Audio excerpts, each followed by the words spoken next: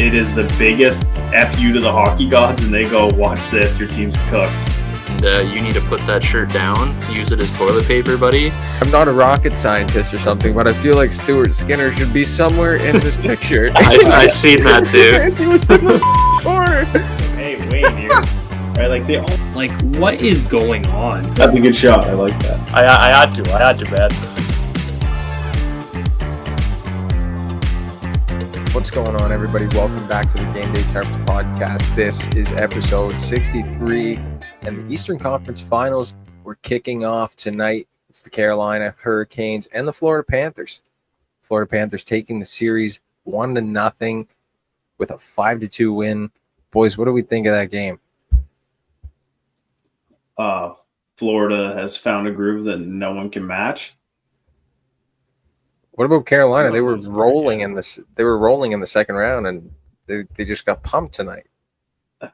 But they played a style of hockey last round that Washington's all offense, no defense couldn't handle. Florida just gets the puck out and then shoves it down your throat. Like, that's all they do. They stop your offense, they get the puck out, they win it in the neutral zone, and then they go put it in the back of your net. I was texting you guys. Stankoven missed the tap-in. 45 seconds later, it was in the back of Carolina's net. Aho missed a breakaway. 2 minutes later, it was in the back of Carolina's net. Like, yeah, I will say you were firing up the group chat tonight. I was.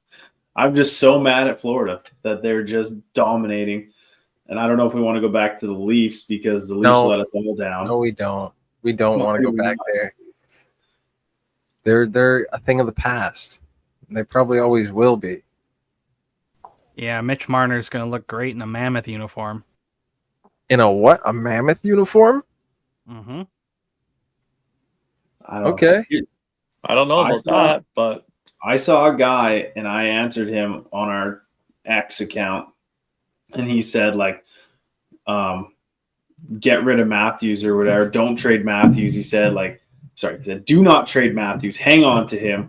And I thought, well, okay, so they're going to lose Marner for nothing. They're going to lose Tavares for nothing. And then as soon as Matthews' contract ends, they're going to lose him for nothing.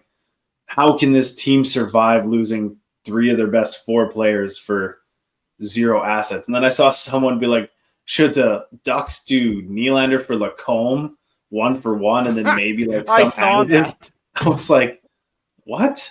Like, what? Okay, so they're going to lose Marner for nothing. They're going to lose Tavares for nothing. They're going to lose Matthews for nothing, and they're going to trade Nylander for Lacombe.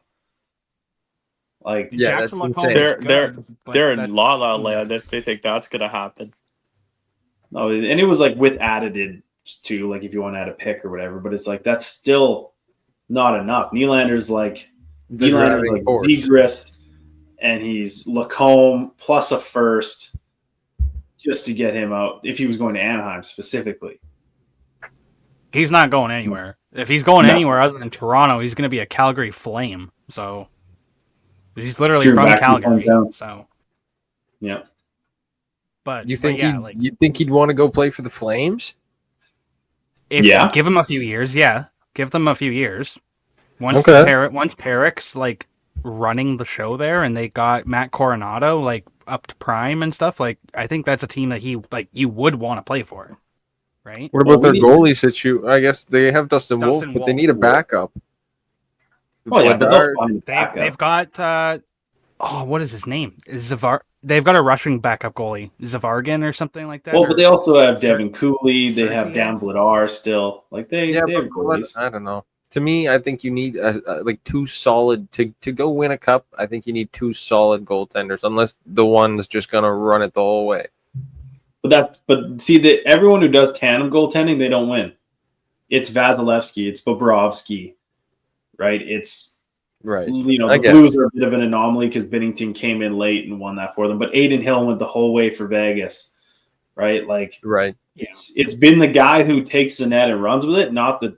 Everyone keeps saying, tandem goalies is the new way for an 82-game season, and then you get to the playoffs and neither of them can take the net. Then it's over. Because Florida's back. Who is Florida's backup? Alex Lyon? Yeah. No, he's in Detroit. Oh, It's Vitek Vanacek. Yeah, it San is. Jose. Too. Yeah. Oh. They got and him that's from. why I don't know that because he doesn't play.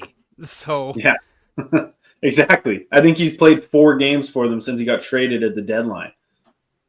I saw somebody, like, if we're going to talk about these hypothetical things and goalie stuff, I saw somebody say Buffalo should really try and go push for Hellebuck. But, like, why would Hellebuck want to leave Winnipeg and go to Buffalo? He had his chance when he was a free agent. He picked Winnipeg. What do you mean? He was drafted by Winnipeg. No, he just re-signed though. Like he could have not re-signed, Oh. and then he could have went free agency. And yeah, that's what I mean. Yeah, But, like, still, like, why would Buffalo make that trade when they have Devin Levi and Ukko-Pekka Luukkonen? well, Devin Levi would probably have to go the other direction. No, it's just a hypothetical. Anyways, move on from that. Yeah, it would Matthew matter. Dice said he was going to stay, though. Or he wants to stay, at least, regarding the RFA stuff. What would you pay him though? Did he earn 8 based on what Toronto pays players? Yeah. Is he an 8x8? Like He's 7.2 minimum, for sure. yeah, he was arguably their best player in the playoffs. But it's like I know some people are in the boat of let Marner walk and just sign Nyes, keep the rest of that $14 million, and go get Bennett and Marchand. That's pretty much what the consensus is around Leafs Nation. Like, to me, do you even see if the Leafs lose Tavares and lose Marner, and they lose Lawton and they lose Domi and they lose player and that player, like, are they even a playoff team next year? Because Ottawa is coming, and Detroit should be coming, and Buffalo should be coming.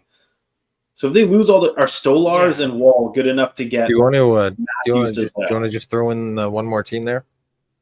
Montreal. Well, no, but Montreal. I have them ahead. I have Montreal ahead of those teams. Sorry. Yes, fair. Montreal. I have Montreal with like Florida and Tampa as they'll probably be there next year.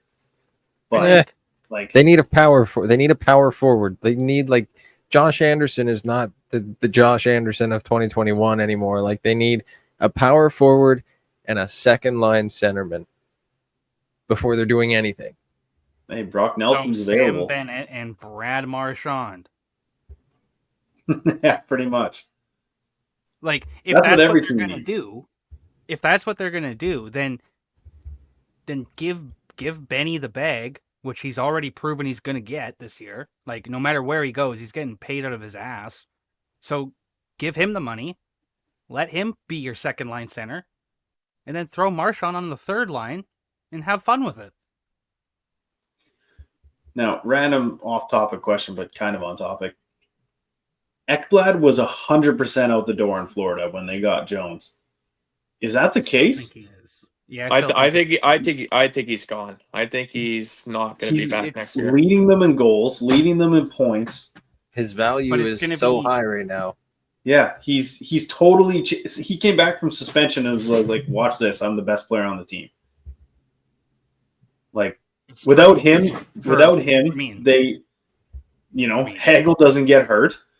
He doesn't score versus Tampa in Game 4. He scored a clutch goal versus Toronto, and he scored. Was it tonight that he just scored again? Yeah, he scored again tonight. He scored tonight, yeah, because I labeled it as Evan Rodriguez scored, and I was like, wait a minute, no, he didn't. That was Ekblad. So yeah, they have 12 goals from defensemen and 29 points, both first in the NHL in the playoffs. How many of those are from Jones? I think Jones has 3 as well, and Schmidt has 3. Mikkola has 2, and I don't know who else has the others, but you know what I mean. Like the thing with Ekblad is like, how do they afford it?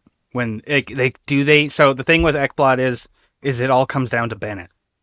That's pretty much it. If Florida wants to back up the Brinks truck and give Benny the bag and sign him long term, okay, then Ekblad's gone. But if they don't, then they have money. And maybe here's my thought: you get Ekblad, a guy who's been falling in their lineup, Carter Verhaeghe, $5+ million contract. You trade him to wherever you can. But he's opened the clutch scoring tonight, right? Like that's what they use him for, is the clutch moments. Like he was huge in the Stanley Cup final last year against Edmonton. I know. Wasn't that his first goal though? I don't know if it was his first or his second, but he's been I think low they on the said goal first. totals. Yeah, he's been. Oh, I lied. It was his fifth. Okay, never mind. I thought they said first. It was his fifth. So yes, in the play, but do you keep Verhaeghe or do you try and keep Ekblad and Bennett?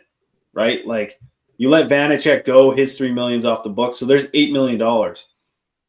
Bennett would sign an 8x8 with the cap, the income tax situation in Florida.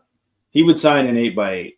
I think it's definitely way worth trying to keep Ekblad and Bennett over Verhaeghe because, like you said, Verhaeghe's his totals have gone down, and I think you could get instead of like a top six guy, like another bottom six guy that can just fill in and play almost the same role as Verhaeghe, but at less minutes. So he's not taking up that top six time at all. And I don't know. I think it might be a good move for the Cats. Plus Lundell and Luosterainen. They've been playing well.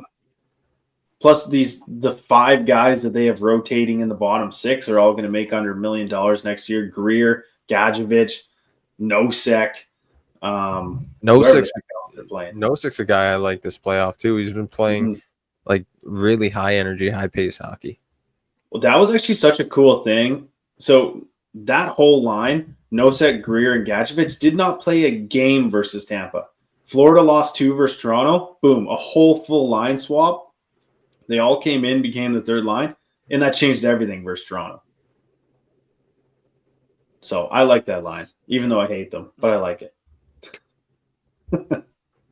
I have to hate Florida. I have to.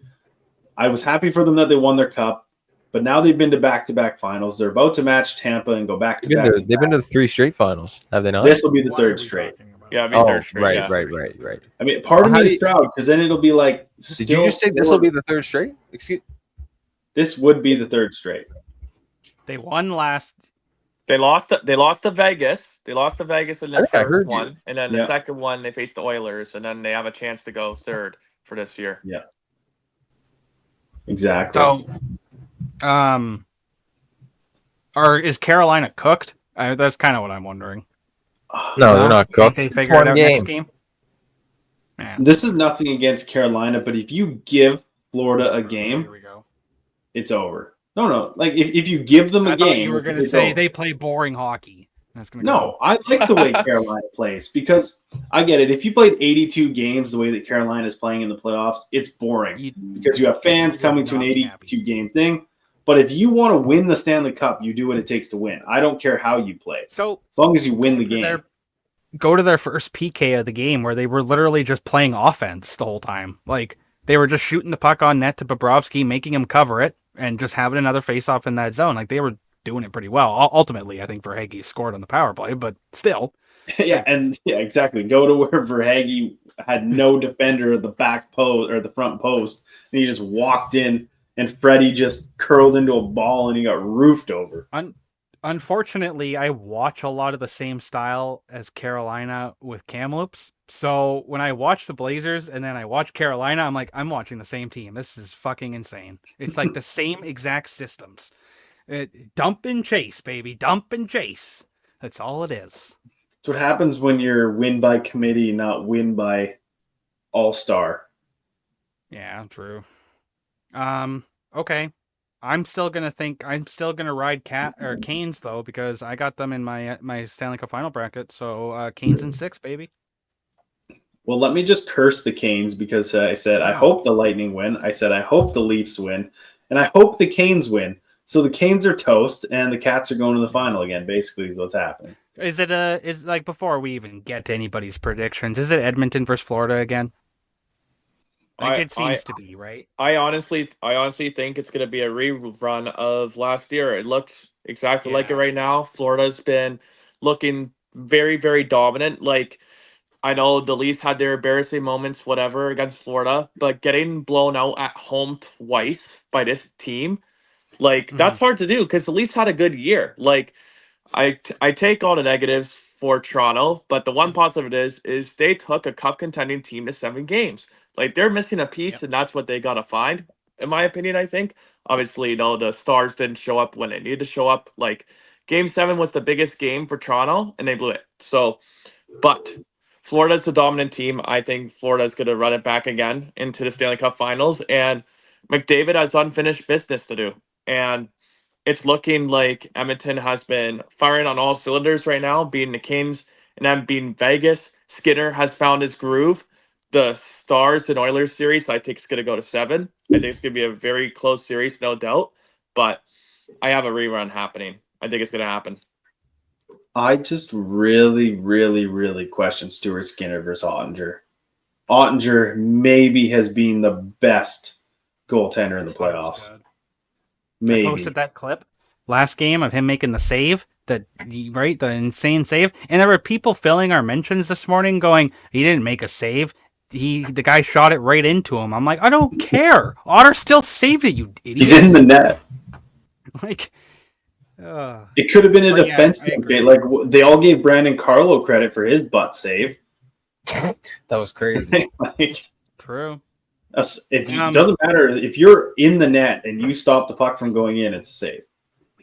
Okay, wait. I want to circle back to one thing. I know it's a stupid topic, but the Leafs just for a second, just because there was talk this morning on DFO Live about what they need, like what does Toronto need, and the consensus from Frank and Matt Larkin is a number 1 defenseman like a Cale Makar. So can they try and go get Rasmus Dahlin? Can they try and go get Noah Dobson? Can they try and go get one of those puck-moving defensemen, like a Brandt Clark even, was kind of what Frank was saying, that should be their focal point this summer. Wasn't that like a thing way before? The Brandt Clark thing? Yeah. Yeah, maybe. But still. Like, I don't know. Like, the Brandt Clark thing is hard to do because I don't think Toronto has the assets to make the trade. But if the thing is if they want, because the whole point is Morgan Ryley is declining, and he is not a number 1 defenseman or a number 2 defenseman anymore. I don't think he ever has been a number 1 defenseman. The Maple Leafs have always painted him as a number 1 defenseman, but I don't think he really is. I don't know. 2023, he was a workhorse. Like, he single-handedly beat Tampa on his own in that first round. Yeah, that's 2023. That's 1 year. Yeah, I know, but like, I don't think he's. I think the disrespect on him is crazy. I think he's a top 2 D on 32 teams in the NHL. But if you move, if they were to move on, he's not that Cale Makar, that Quinn Hughes, that elite defenseman that we're talking about. No, but there's 3 of those guys in the NHL. Who? There's more Makar, than Hughes, and Heiskanen that can even play that game. Hedman can't play that game anymore. Yossi can't play that game anymore. You have forgotten about one individual who plays on Montreal. No, I'm not even talking about him. He's not there yet. He's not there yet. No, because you have to be able to play defense too, and Lane Hudson can't do that. Okay. I think Lane's going to be the best defenseman out of that pack, though. Is that crazy? Other than Cale. And probably Heiskanen. He's not. He'll be close to the same as Quinn Hughes, which is a totally awesome ability. But like, cool. I was like, oh no, I think that's fair. For 2 years, I was like, Makar is not that good. Okay, he's the best defenseman this NHL has seen. This was like the first 2 years he was in the league. I was like, okay, settle down, everyone. And it's he was still kind of blowing everybody apart though in the first couple of years, wasn't he? He was doing good. Yeah, he was, but it was just like they were saying he was going to be the next Bobby Orr, and I was like, no, he's not going to do that. And now I'm like, oh, maybe he's the next Bobby Orr. He is. He's so good. Okay, let's move on to Edmonton and Dallas because I'm sorry for bringing up the Leafs again, but it's fine. They need a number 1 defenseman, and I think our Torontonian Wilbs would agree. No, he's not even a Torontonian. Don't put him in that. No, I was just going to say it's a much nicer, safer city than here. Ottawa. Yeah. Oh, that too. Stephen Ellis told me Ottawa is like if you go sleep on the street in Ottawa, you'll fit in. That's what Stephen told me. So you'll what? If we ever go to Ottawa, if you go to Ottawa, if you go to Ottawa and you sleep on the street, you'll fit right in with everybody. Yeah. It's like here. Speaking of sleeping on the street, you think Stuart Skinner's going to be there if they shit the bed? Yeah. No. They'll get a chance in No. Kunlun first. I think they trade him to save him. The only respectful thing to do is to trade him. Yeah. Because he clearly doesn't he is not full year starting caliber goaltender. And okay, I mean there's no disrespect to Marc-Andre Fleury. He is a beautiful man, fantastic person. But Fleury Fleury could never play a full season. He always had to let someone finish the job. Right? Matt Murray, 3 times. 2009, thank you very much. Did he not come in and take the starting job after the year had started? He didn't play the whole year that year, did he? Who would have played? Brent Johnson? I don't know. Okay, maybe. Okay, so in his youth. But other than that one season, he's never been able to play the whole year. And again, I'm not trying to shit on Marc-Andre Fleury, so don't make this what it's not. I'm saying that is Stuart Skinner's potential is he just can't carry the workload of the whole season all the way to the end. All right, you heard it here first, folks. Stuart Skinner's Marc-Andre Fleury. That's crazy take. Hot takes for Bradley Harrison. That is a very big hot take. I stand by what I said. But so then that's where Edmonton needs that tandem goal. Well, they don't need the tandem goaltending. They just need the elite goaltender, right? There's enough out there.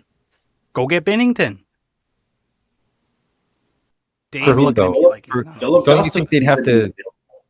Don't you think they'd have to get rid of a contract first? They have to get rid of 10 contracts. Yeah. Well, Nurse is first. Jeff Skinner is also out of there. So I don't think he's even played in the playoffs, has he?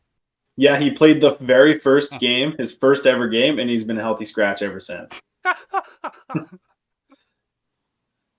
Good. He waited his whole career. Knobloch threw him a bone and then was like, well, there you go. You tasted it. So. Unfortunately, not unfortunately, it's fortunately. I'm riding Oilers. So. I guess, yeah, go Canada. Yeah. I'm cheering for the Oilers. My brother's a big Oilers fan. So I'm cheering for the Oilers so he can hopefully, see them win and I can quit hearing him cry about the Oilers losing. I mean, the only Canadian team left, you got to roll Oil for sure. Oh, what are the odds, boys? We went from a 75% chance to 25% chance in 2 days. McDavid's going to pop off. 75% pop off again. Yeah, if Winnipeg and Toronto made it, we'd have a 75% chance. There would have been a 100% chance in the West that a Canadian team was making it, and then there would have been a 50% chance in the East. And now there's a 100% chance of America. You gotta think. Gary would have fucking shit his pants if there was an NHL final between Winnipeg and Toronto. That would have been terrible for the NHL. So that's what happens. I don't know, because here's the thing. It's rigged. Yes, a lot. We only have 36 million people here, and less than half actually tune in to these games. But I think Canada as a whole would put up a good 20 million views in the final. And then you still have it's almost disrespectful that a lot of people think that the American fan base of hockey fans wouldn't show up to watch the last couple games of hockey in the season. I think they would. I think a lot of fans in the States would show up and watch those games.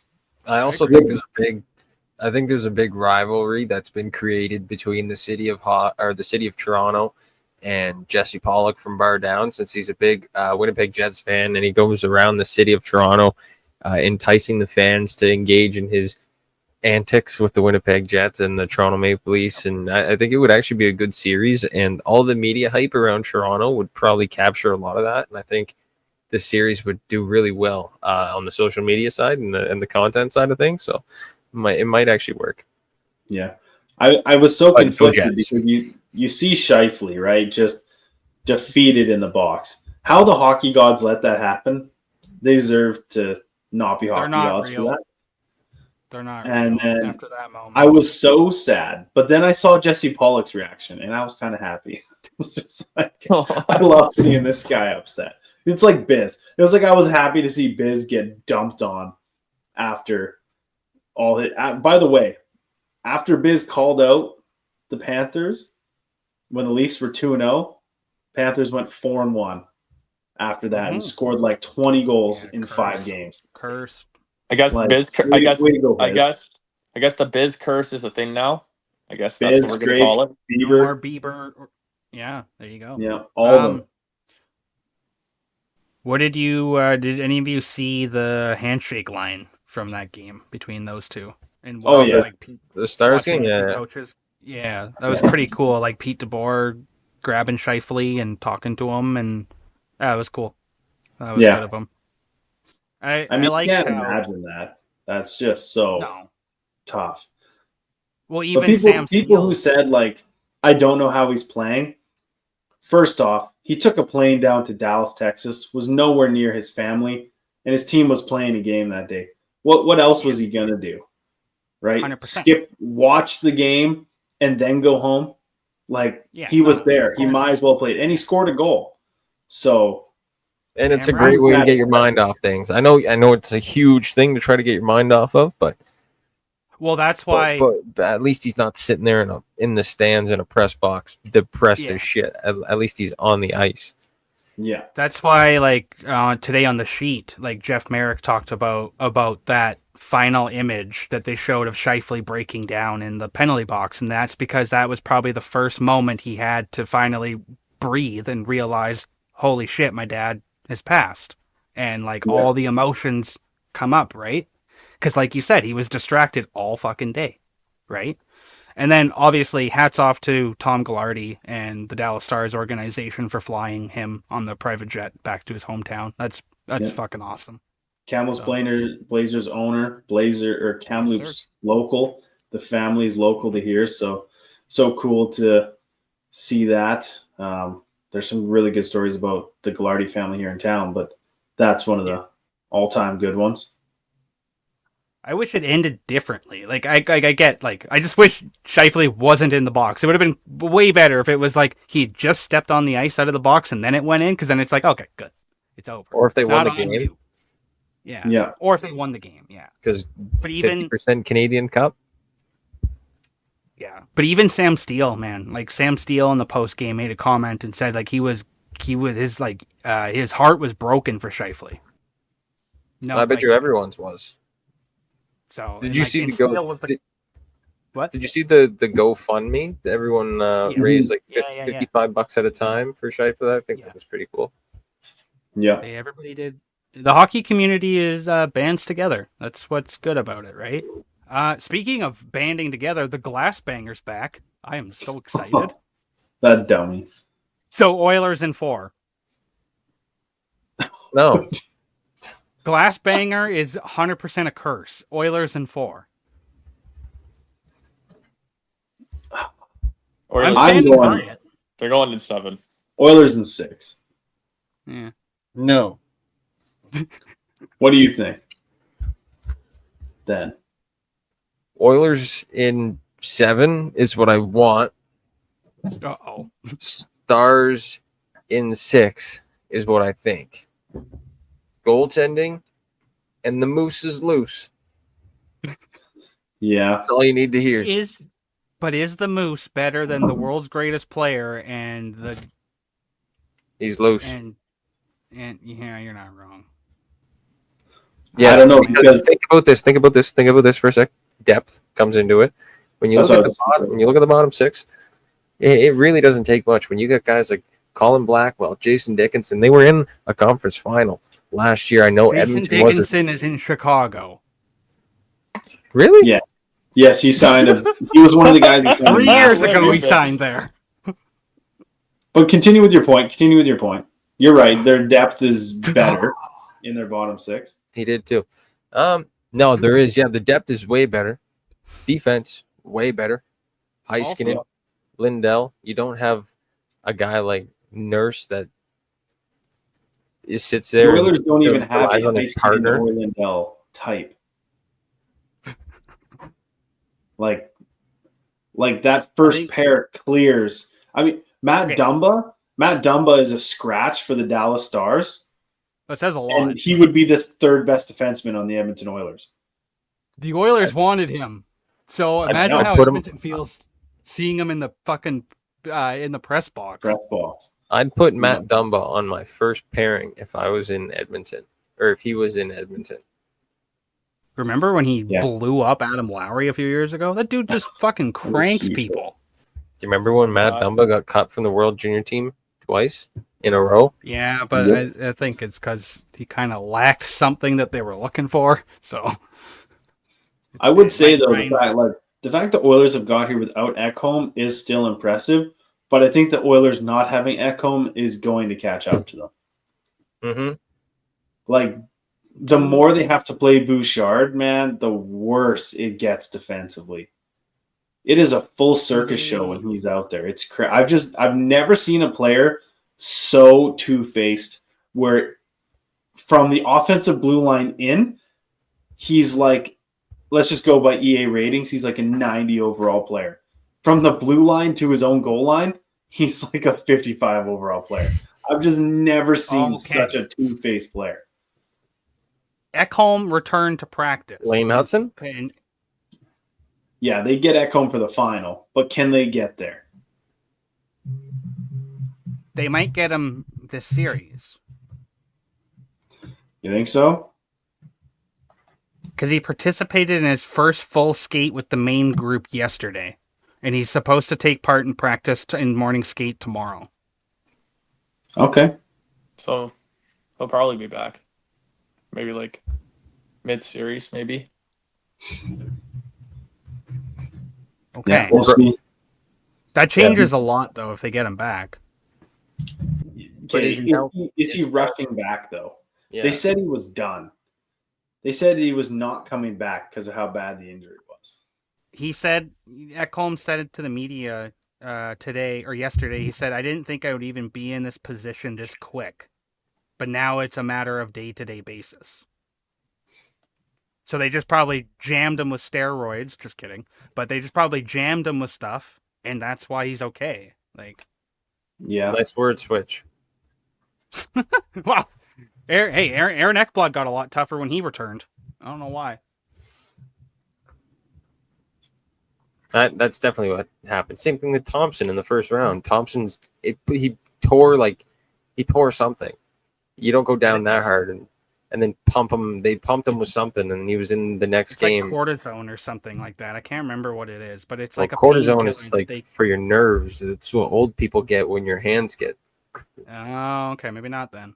But it's something that they inject them. It might be. It jacks them right up, right? Like I'm not a doctor. Well, we're gonna get a doctor on. Okay, sounds good. But honestly, I just think like. My heart says Edmonton because like it's hard to count out McDavid and Dry, but I don't know. Like Dallas has that. Like they got Wyatt, they got Mikko, they got Rupe, they got Jason Robertson, they got Daeden. Again, hungry. Yeah, they got Sagan. I got a jersey over there. They got Ben. Like Mikko Granlund, the mystery hat trick. It's McHale. What did I say? Mikko. Oh, that's what I said. Mikhail Granlund. Oh, okay. Maybe cool. I don't know. I'll play it back. We'll listen to the tape. So they've got. So Edmonton has the two best players in the world, and Dallas has the Finnish 5. Hell yeah. They don't have. I wouldn't go 1-2 McDavid Draisaitl. Okay, they got 2 of the 3 best players in the world. Dry is top 3. All right. Okay, who is Kucherov in there? Is Kucherov in there?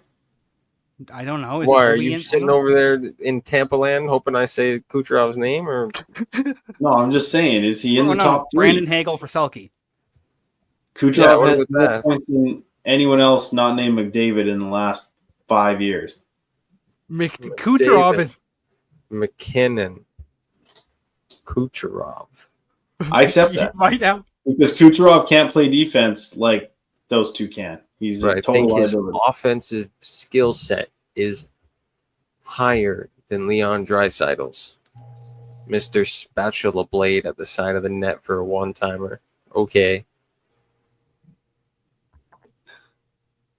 That's all he does. Draisaitl's good at putting the puck in the net, but he hasn't. Yes, he But he Kucherov led can- Edmonton that 1 year, but Kucherov can drive a team. You see what the Oilers are like when McDavid and Draisaitl are split apart. yeah, Kucherov doesn't need a buddy. I agree. Good. He's What in are back-to-back they? years, like 49% of Tampa's goals have been contributed by him, which is just ridiculous. Okay. So But continue on. I'm gonna go back to my original prediction and say Oilers in 4 because the glass banger man is gonna 100% jinx them. I'm still You saying don't Oilers like in 6. This is not a 4-game series. Yeah, a sweep in the conference final is so hard. Like, You Okay, would have so to be. You would have to be like. I don't know. It's gonna happen, okay? sure. Okay. Okay, we'll see. I don't think so. No, it probably doesn't. Who wins if Dallas or if Edmonton and Florida play again? Florida, McDavid. man. I got McDavid. Oh, God. I got him this time. Yeah, I No. think I Edmonton got to does keep it. rolling it. I really feel like the Oilers will redeem. I just have that feeling. The Oilers were better last year. Well, they were better last year. I'll admit that. Yeah, and the Panthers are better this year than they were last year, and the Oilers are worse this year than they Panthers were are a last year. wagon. That's true. I don't want to pick the Panthers, but if the Panthers get past Carolina easily and they got past Toronto, who was maybe having the best year they've had in the last 25 years, and then they got past to Tampa, like Tampa was children, like who's still, and if they, if Carolina's a wipe and the West has been a bloodbath where every game is hard, like how does a West, even the Stars, I don't know how either team beats Florida. Ottinger would have to play so unreal. Well, Yeah, I think Florida's defense comes up in the Stars series. I think if the Stars play the Cats, the Florida's defense it just takes over. The Stars they're heavy set up front, but I just don't know if they have other than Heiskanen and Lindell. dude, give me 7 games of Matt Tkachuk versus Jamie Benn, please. Just two shitheads going at it. I mean, The thing is, they don't That'd be go insane. after the other guy. Like, look at Jamie Benn went after Shifley, so it'd be like Ben going after Barkov, and Tkachuk would be going after Wyatt Johnston. Like, Or Tom That's what Wilson we would going see. after Stank. Unreal. yeah, exactly. Unreal. Yeah, that's fair though. Well, since we got Wilbs here, what do you make about London going to the Memorial Cup? Are they going to do it this time? I think, obviously, I'm going to say this. I ran through that CHL episode that you and Day did, just Yeah. looking at the series that you were talking about. And I got to say, I really agree that this Memorial Cup tournament this year is going to be a whole lot tougher than last year. I'm excited for it. I think this is going to be one of the best we've seen in the 2000s era because you got Easton Cowan, least prospect, so a lot of people are going to pay attention to it. Gavin McKenna, who is potentially going first overall next year in the next NHL draft, which is more than likely he does because that kid's insane. He went on a 55-game point streak. And at Moncton, Coach McDougall's history with his coaching and everything, like, it was exciting to see him win it. And Rimouski, well, they didn't make it easy on Moncton in the KMJHL finals. I think they're a huge underdog, but they're going to be a good team. So all teams are great. But it's going to be a tougher challenge, but I think what might have London on the edge, because everyone's saying London's going to be favorites. I think it's going to be between London and Medicine Hat. London and Medicine Hat Yeah. final. Book it right now. I think that's what's going to So- happen. But So a question for you, because I put out that tweet yesterday and it went pretty viral just in regards to the standouts from the Memorial Cup, who's going to be playing. And some people were questioning why I would put Kasper Haltonen in there and not Barkey. But I was like, Haltonen was the playoff MVP and just ripped apart the OHL with goals. Like, is there something I'm missing there? there's a lot of players on each team that are huge on the radar for the Memorial Cup. I obviously definitely would say Barkey's a guy to watch, but to have Kasper Haltonen, you got to have him in there. He has scored clutch goals in clutch times, and we've seen it last year. Yeah. We saw it this year. We saw it at last year's tournament at the Memorial Cup. Casper is probably one of the best London players in the Memorial Cup last year.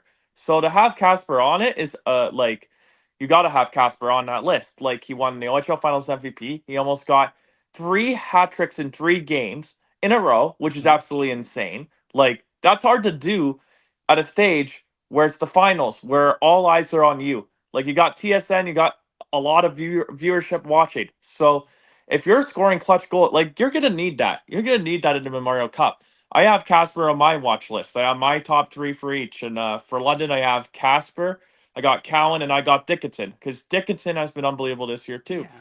Like, they were on a tear. And I think Barkey's going to be a good player for London. But to complain that Barkey isn't on the list, and if you have Barkey over Haltonen, like, Barkey and Haltonen are both good players. But you look at Haltonen on how he did in the OHL Finals, and he's definitely going to be that one guy that's going to be one of London's best players in this tournament for sure. I think that's fair, just because like Haltonen has been so dominant in this stage of the playoffs and stuff that like it's him, Cowan, and Dickinson that are kind of the leading the charge there for London, right? And it's hard to put other like there's great players everywhere. Look at Sam O'Reilly. He's one of my favorite players and he's awesome. But like it just there's levels to it, right? Like you're not going to cast Denver Barkey in the same list as you would cast Gavin McKenna. Like right? Like that's kind of how I looked at it. Like I was looking at more of the elite talent of who's going to be playing. But good. I agree with your points there. I think Medicine Hat's going to give London a run for its money though. Yeah, that's the only team that I can see London having a hard time with. Sure, Moncton is a really good team, but take a look at the experience factor. It's all about preparation. It's the one game like you have to show up for every game. That's what happened with London. They were not prepared in the finals last year. And you could tell, like 2-3 shots in one period, it's not going to cut it for you. It's a one game matchup. So every team has to prepare. Like it's all about preparation and who shows up because it's a one game deal. It isn't a playoff series like it is before. It's a one game series, like one game, winner take all pretty much. Like you have to win these games because you only get 3 games and that's it. Like you have to try and have the best record to make it to the finals. Obviously, if you go 3-0, then you got to bye to the finals, and that's what the goals could be for every team. But Medicine Hat, oh man. You take a look at the run. You take a look at the chemistry that those boys have. Like seeing that because I remember the video I saw, like I was talking about it in one of my videos of the captain giving it to the goaltender. Like that moment right there, like it goes to show that these guys are not just teammates, they're brothers. And it goes to show like they are a really talented team. Madigan had a phenomenal playoff run. Gets a contract. I think it was today. It was today, yesterday. Yesterday. Yeah. And it was very well deserved. But you take a look at guys who came back and they were producing right away. Andrew Basha comes back, scores goals. Caden Lindstrom comes back, scores goals. Like they're back to their usual ways. So to have that, and then of course McKenna, Ritchie, and then the defensive end, you got Molendijk and Pickford, who had a phenomenal playoff run. Like his NHL draft stock going up right now. Like it's going up. Like circling back to what you said, Wilbs, about the experience factor. I think the experience is right there for the Moncton Wildcats. You have 7 of them that were in a conference final 3 years ago, 4 of them that were in a QMJHL final 2 years ago in the 4 Mooseheads that were there. And you have a goaltender in Matthias Rousseau, who is probably one of the best goaltenders in the queue, a goaltender in Rudy Guimont, who only lost 1 game so far in his whole QMJHL career. So I feel like the experience is right there for Moncton, and the coaching, he's as experienced as anyone. 9 AUS championships, 2 QMJHL championships. I think this game between Moncton and London is going to be a lot closer than what people think. It'll definitely be close, but I really think that Medicine Hat's going to be that team that's going to, like, you just think about what they have compared to Moncton. And Moncton, yeah, sure, they're experienced. Like, I love McDukes. Like, McDukes is unbelievable. You know, he has the experience. He's been to the Memorial Cup before too with St. John, so he knows what it takes. And the players that have what it takes that have been at the Memorial Cup tournament before, most of the team of London has been here before, so they know what it takes. Will they learn from their last year's, you know, mission that they're trying to win but lost in the final seconds to Saginaw? Will they learn, or will they repeat themselves? And you know what I mean? Because, like, again, like, it all comes down to what they learned from last year, take it on to this year, and seeing how they do. I think London has a really good shot. I really do. But it's not going to be a cakewalk in the park like people are going to think. It's going to be close games here on out. It's going to be close games here on out. There's not going to be any blowouts. Like, I want to take a look at the goaltending, because you read my mind. Austin Elliott, he came over from the WHL. Everyone knew him. He had an all right record. His numbers were decent, but he cleared waivers, and nobody wanted the guy. Both of these Moncton goaltenders and both of the Rimouski goaltenders and Harrison Menigan, they're all quality goaltenders, and they've put up consistent numbers. And Rousseau, Lasselle, Langevin, and Guimont have all probably put up more consistent numbers and would put up more consistent numbers no matter what team they're on. Whereas Elliott came from a WHL team that was bottom of the pack to an OHL team that's always top of the pack, and then his numbers started to climb. So I'd say it's a little bit of momentum in that case, and I think there might be some exposure once he faces top talent in the league that he got waived from. Oh, revenge type shit. Like the teams are. Oh, there you go. So Gavin McKenna's going to. Or he might just get lit up. That's what I'm saying. I'm saying he might get lit up. I like it though. I like how the goalies for each team are kind of like top end talent. Like they are. Every goaltender at this tournament is pretty high end. It makes it fun because like you look back at previous Memorial Cups and those goaltending tandems are kind of brutal. Our own team here had a pretty brutal one during the Memorial Cup, so it's hard. Like, yeah, it's difficult. But you got Menigan and Elliott, and I mean, I'll say this for a third time: the Elliott is the nephew of Brian Elliott, so there's that NHL connection, obviously. But I'm excited, and like Rudy Guimond, like he's been one of them. I was talking about. I don't know if he'll play though, because remember I texted you the other day, and that's true. Said they cracked Gardner. Because Rudy Guimond lost, Rousseau had to come in and cover of him, and then Rousseau won the next game. And I think since he played back-to-back, I think he's going to take it into the Memorial Cup too. And he's an overager. This is his overage season. This is what they brought him over to do. So I think they'll run with him. Makes sense. Yeah, like I think all goalies on each team are good. I wouldn't say Elliott is the best goalie in this tournament. Obviously, you know, the big names, Rousseau and Menigan, and obviously Rimouski's goalie, like they're all good. I don't think Elliott's the best. He's definitely up there in categories, like maybe like second or third. But when I've watched him, he's always a calm, collected goaltender. I've watched him improve over these games, and I'm very excited to see how he does. It's going to be interesting and see how he preps for this tournament. Because, like, again, it's a team game. Like, it's all about preparation, and I guess we'll see what's going to happen this week or two on who's going to win. But I have my fingers crossed that London gets it done this time.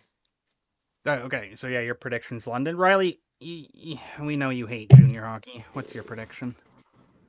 I do not hate junior hockey. You just always say you'd rather watch junior hockey over NHL, and I just would. I would.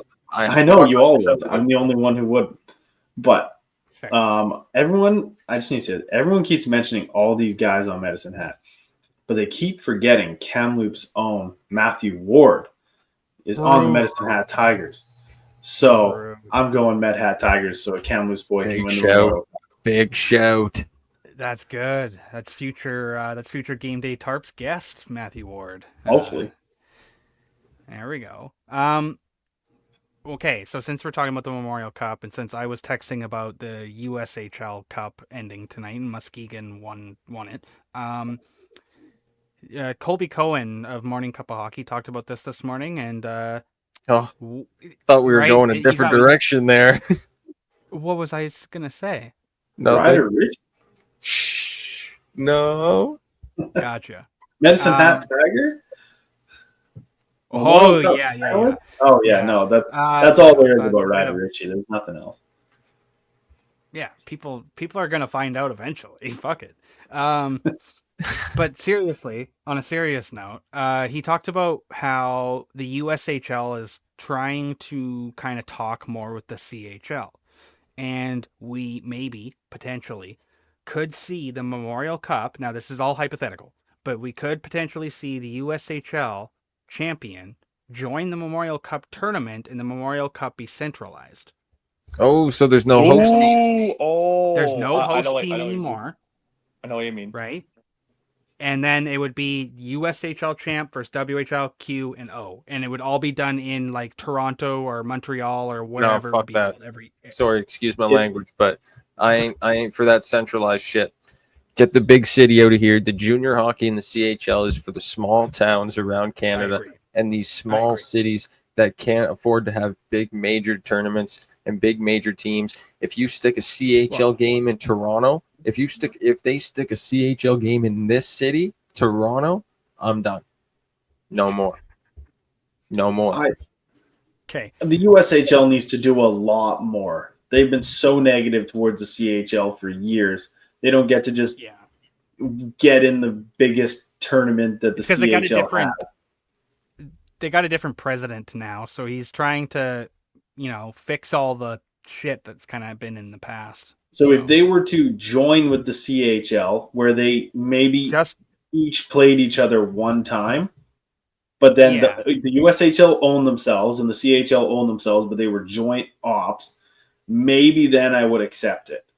But at the same time, look at the Shawinigan Cataracts. How do you not love when they won the Memorial Cup as the host? They may never get that chance again. A little PTSD over here. A little PTSD over here. Who? A little PTSD over here from London lost. I mean, okay, Wilbs. London has been in the Memorial Cup so many times, you don't even get PTSD. They win, they lose. They're just there all the time. Pretty much. 20 years joking around. Yeah. I don't know. It's not a bad idea. It's something that I think maybe, I think the CHL is more opposed to it than anything, for obvious reasons. But it would be kind of like we did the CHL. 5 teams. If it went to 5 teams, host team, and then each of the division winners, that would be what I would. Yeah, that's the big thing for me. You have to keep a host city. That's the biggest thing. The big thing for me right now is look at these small cities around Canada that are getting broadcasted on TSN on national television. Moncton, Rimouski, Medicine Hat, Spokane, London, Oshawa, small cities around Canada that would never get the spotlight anywhere else. They get this 1 week, maybe 3 weeks. So, yeah, I think that's the big thing for me. You can't centralize it or anything in a big city, so. Okay, so we're for the idea, but as long as we don't centralize it. Yeah, in a big city. I like the host small Canadian city. If the USHL joins with the CHL and the US can never host. No. See, but you couldn't say that either. They hosted it last year. Because really, Erie has hosted, Saginaw's hosted, Spokane. There's enough American teams that it wouldn't matter. The American teams that would get mad are the ones in the CHL. They would probably just go to the USHL. I'm mad. If they were to join. You know what I want, Day? I want a team back in Maine. Yeah. Let's do it. Go check out my TikTok. We're gonna buy a team. That's what I was We're gonna buy a expansion. Q team and put it in Maine. Yeah, bring back the Maniacs. The Maine Tarps. Oh, okay. Yeah. That doesn't work.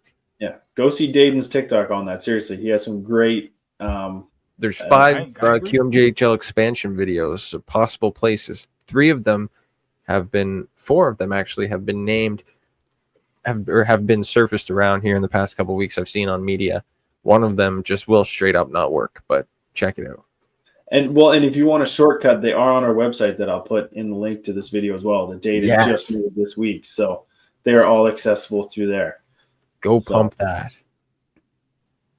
And honestly, if anyone is, still watching it 55 minutes and 40 seconds into this thing, whatever we're at, please, leave a like and leave your comments on these series. Let us know for off base who you think is going to be in the final, who's going to win, what the series matchup is going to be.